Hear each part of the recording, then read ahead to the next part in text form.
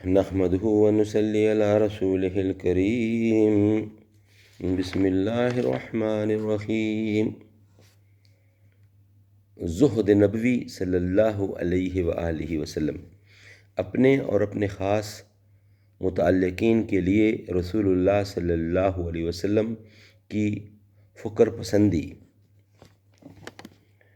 اردو ترجمہ اور تشریحات کے ساتھ احادیث نبوی کا ایک جدید اور جامع انتخاب۔ معارف الحدیث، تالیف مولانا محمد منظور نعمانی رحمۃ اللہ۔ زہد نبوی، جلد دوم، صفحہ نمبر 103، معارف الحدیث۔ سبجیکٹ ہے آج کا زہد نبوی، اپنے اور اپنے خاص متعلقین کے لیے رسول اللہ صلی اللہ علیہ وسلم کی فکر پسندی۔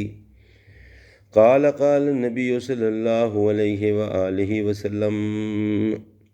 حضرت انس رضی اللہ سے روایت ہے کہ رسول اللہ صلی اللہ علیہ وسلم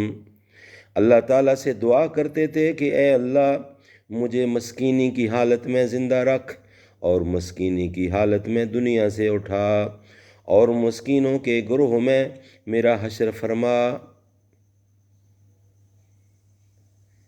ابھی چند صفحے پہلے یہ حدیث گزر چکی ہے کہ رسول اللہ صلی اللہ علیہ وسلم کے لیے اللہ تعالیٰ کی طرف سے یہ پیشن گوئی کی گئی کہ اگر آپ چاہیں تو آپ کے لیے مکہ کی وادی کو سونے سے بھر دیا جائے، تو آپ نے عرض کیا کہ نہیں میرے پروردگار، میں تو ایسی فقیرانہ زندگی چاہتا ہوں کہ ایک دن کھانے کو ہو اور ایک دن کھانے کو نہ ہو۔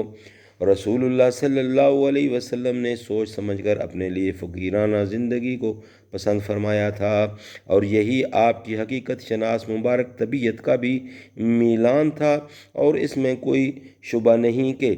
آپ کا جو مقام و منصب تھا اور جو کار عظیم آپ سے متعلق تھا، اس کے لیے یہ فقر و مسکنت کی زندگی ہی زیادہ مناسب و بہتر تھی۔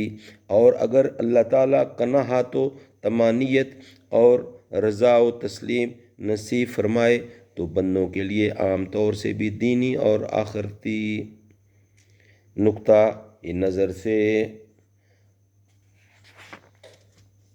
بنسبت دولت مندی کے فقر و ناداری کی زندگی افضل اور بہتر ہے۔ قال النبی صلی اللہ علیہ وآلہ وسلم،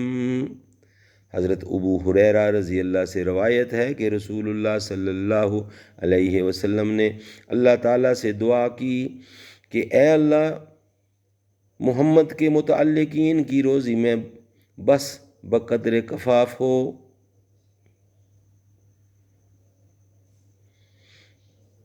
اصل عربی زبان میں آل کا لفظ گھر والوں یعنی بیوی بچوں کے لیے بھی استعمال ہوتا ہے اور متبعین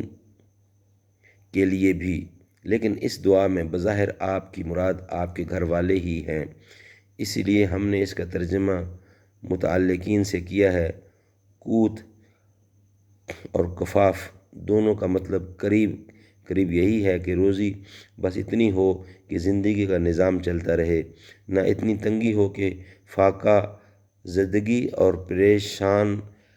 حالی کی وجہ سے اپنے متعلقہ کام بھی نہ انجام دیے جا سکیں اور دست سوال کسی کے سامنے پھیلانا پڑے، اور نہ اتنی فراغت ہو کہ کل کے لیے بھی ذخیرہ رکھا جا سکے۔ حدیث و سیر کی شہادت ہے کہ رسول اللہ صلی اللہ علیہ وسلم کی پوری زندگی اسی طرح گزری۔ صلی اللہ تعالیٰ علی خیر خلقہ محمد وعلیہ